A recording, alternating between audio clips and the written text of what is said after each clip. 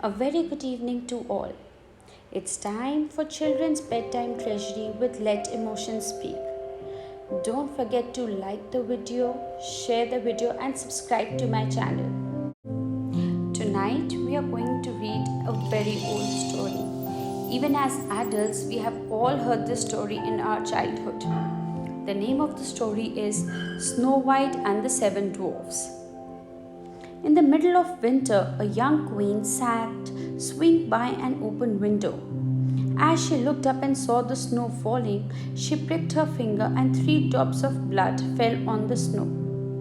The red of the blood on the white snow framed by the black ebony window frame was so striking that the queen made a wish that she could have a child that was as red as blood, as white as snow, and as black as ebony.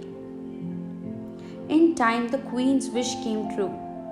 She gave birth to a baby girl with snow white skin, blood red lips, and hair as black as ebony. The young queen died soon after the child was born, and the king named his daughter Snow White.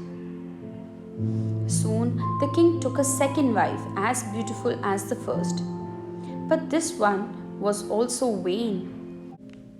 She had a magical mirror, and sometimes she stood in front of it and said, "Mirror, mirror on the wall, who is the fairest of them all?" And the mirror answered, "You are the fairest one of all." Then the queen was happy because she knew that the mirror always told the truth. Years passed and Snow White grew more and more beautiful.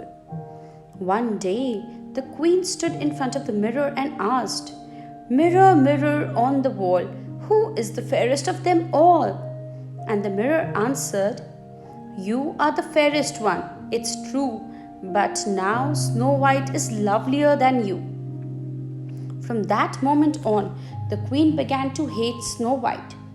She couldn't rest until she was rid of the girl, so she called her huntsman and said, "Take Snow White into the forest and kill her and bring back her heart." The huntsman could not bear to kill the little girl. He told Snow White to run away into the woods. "She won't survive for long without food and shelter," thought the huntsman with remorse. To satisfy the queen, he shot a wild boar and took back its heart. Snow White went deeper into the woods until she was completely lost. At last, she came to a house. Inside was a table with a white cloth laid for 7 people, with food and drink at every place.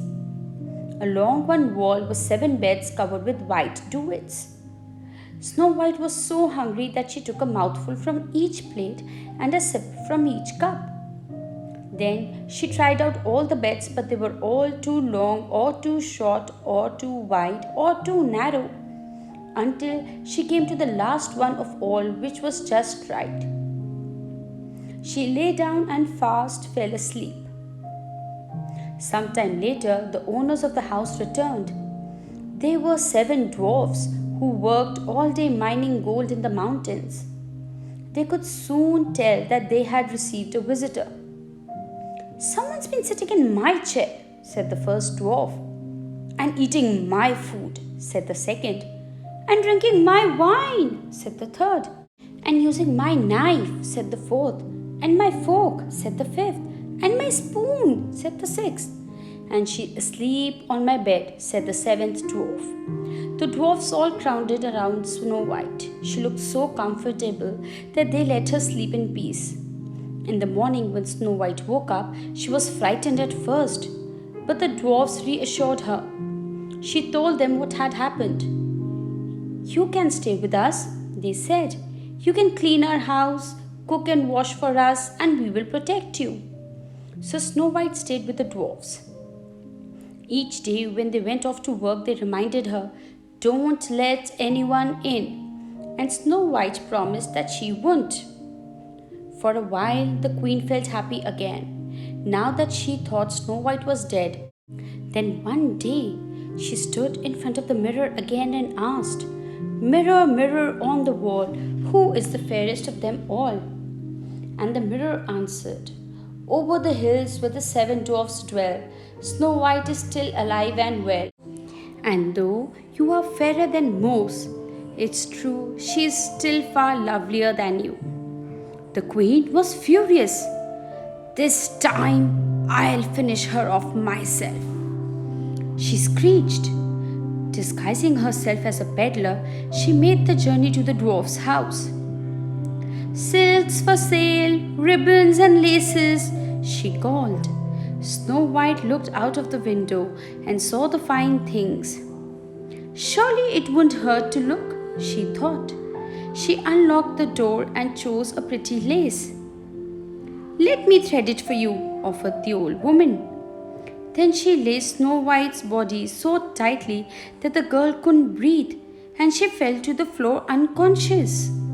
When the dwarfs returned that night, they found her and cut the laces.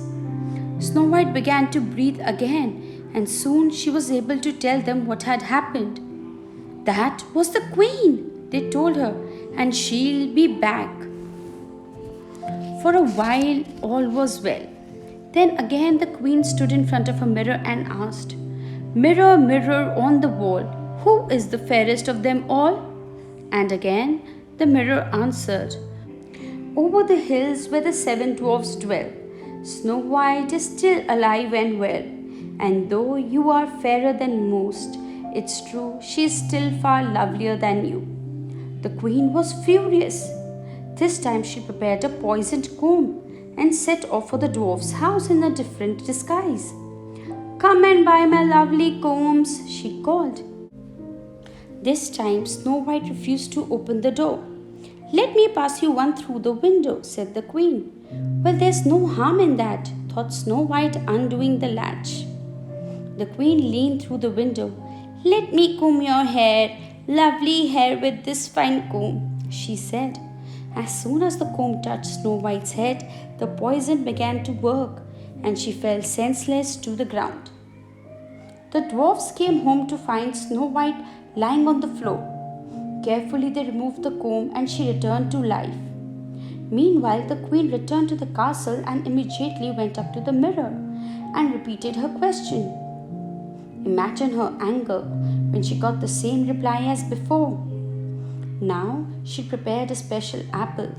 One side was green while the other was red. The queen poisoned the red half. Then she set off for the dwarf's house once more.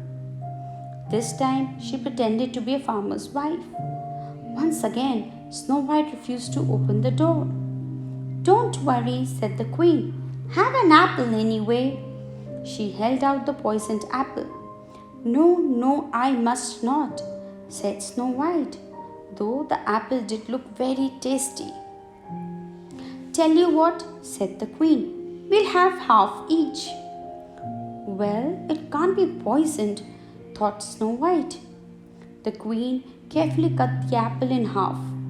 Here, I'll have the sour green half and you have the nice sweet red half, she said. Snow White took the apple, but the moment she bit into it, she fell down dead. The queen hurried back to the castle, and this time when she spoke to the mirror, it replied, To her pleasure, you are the fairest one of all. The dwarfs came home and found Snow White. They wept bitterly when they saw that she was dead. They placed her in a glass coffin and set it on a hillside and took turns to guard her. One day, a prince came upon the coffin. He was so moved by Snow White that he asked the dwarfs if he could take her with him. He was heartbroken when the dwarfs refused. In the end, they took pity upon him and agreed. As the prince's servants lifted the coffin, one of them stumbled. The apple dislodged itself from her throat and Snow White came back to life. The prince asked Snow White to marry him, and when she agreed, everyone was invited to the wedding, and nothing more was ever heard of the wicked queen. So children, how did you like this story?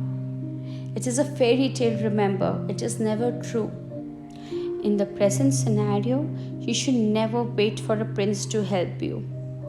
You are a distressed damsel, so are you the hero of your story.